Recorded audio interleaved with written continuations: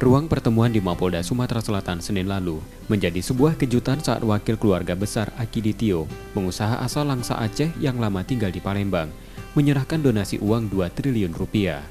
Seluruh donasi diberikan untuk penanganan pandemi COVID-19 di Sumatera Selatan. Akiditio sendiri meninggal pada 2009 lalu dan dimakamkan di Palembang.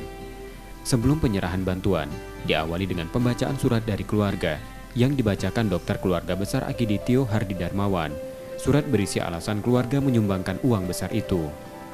Hardi Darmawan sudah 48 tahun menjadi dokter keluarga besar Akidi. Almarhum Akidi menekankan pada anaknya, orang sukses harus membantu orang yang membutuhkan. Pandemi COVID-19 yang belum reda mendorong seluruh anak almarhum berkumpul.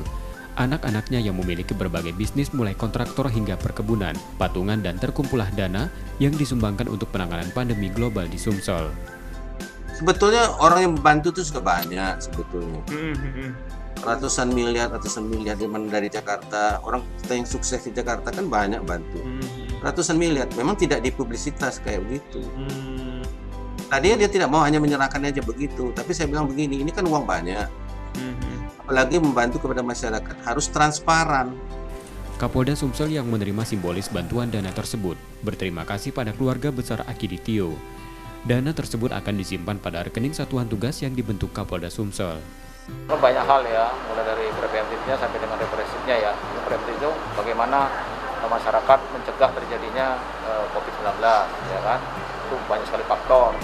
Kemudian kalau yang sakitnya, apa yang kita lakukan, penyediaan obat dan seterusnya, termasuk oksigen, termasuk juga kita mikirkan tenaga kesehatan dan seterusnya yang orang bekerja di sektor itu.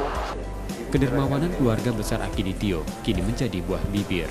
Warga merasa salut dan bangga pada para dermawan tersebut. Reski Oktora, Muklas Diferensial, Kompas TV, Palembang, Sumatera Selatan.